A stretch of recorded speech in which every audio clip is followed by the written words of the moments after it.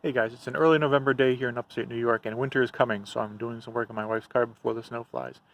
And one of those things I'm doing today is changing the manual transmission fluid in her Scion XD. It's a 2009 model, and it uses the 2ZRFE engine, same as in a Yaris or Corolla. So this could apply to several different Toyota models. There is no stated interval change or change interval in the manual, but you should change this fluid, I don't know, maybe every 80,000 miles, because it does wear like any other fluid. It doesn't cost much, and it could help prolong the life of your transmission. What you're going to need to do this is a stubby 24mm socket. You're going to need 2 quarts of GL4 transmission fluid. You're going to need 2 replacement aluminum washers for the fill and drain plugs. And I'll put a link in the description below where I got these. And I'll also mention the Toyota part number if I can to help you find them. It's a very simple process. Unlike an automatic transmission, the fluid in a manual transmission is not under any pressure. It just sits in the transmission and splashes around. So replacing it's actually very, very easy. So let's go into the car and I'll show you how to do it. Okay, here's your transaxle right here. And on the driver's side, you're going to see the drain plug. Right here, it's got a label on it that uses the 24mm socket. And there's not a lot of room to work in here. You're not going to be able to get a torque wrench in here.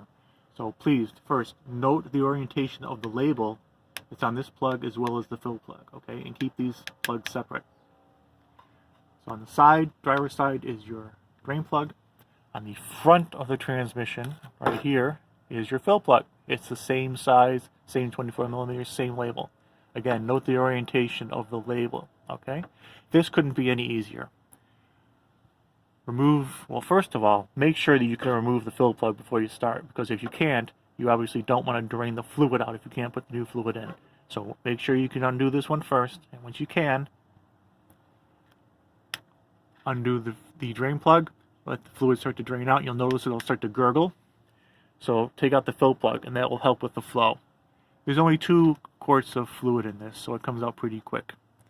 Alright, remove the old aluminum washer. Once it's finished draining, remove the old aluminum washer from this plug.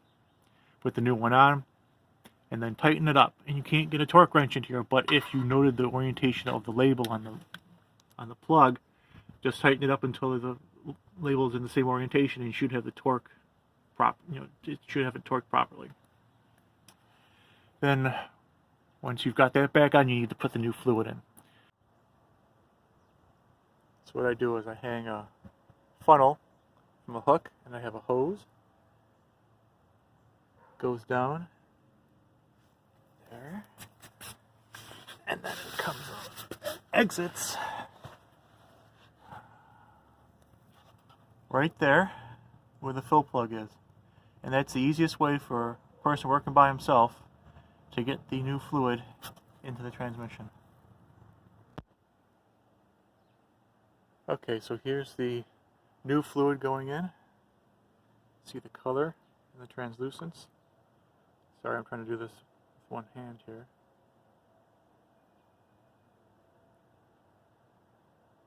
There we go.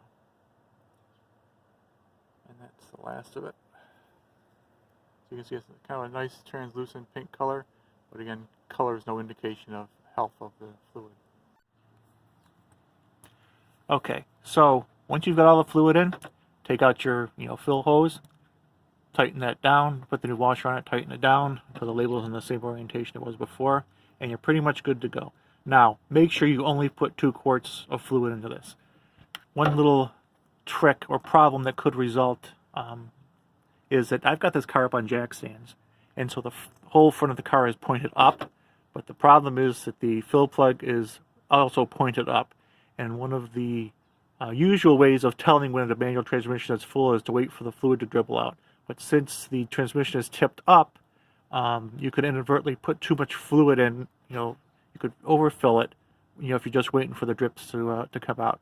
So put the exact 2 quarts in, button her up, and you should be good to go.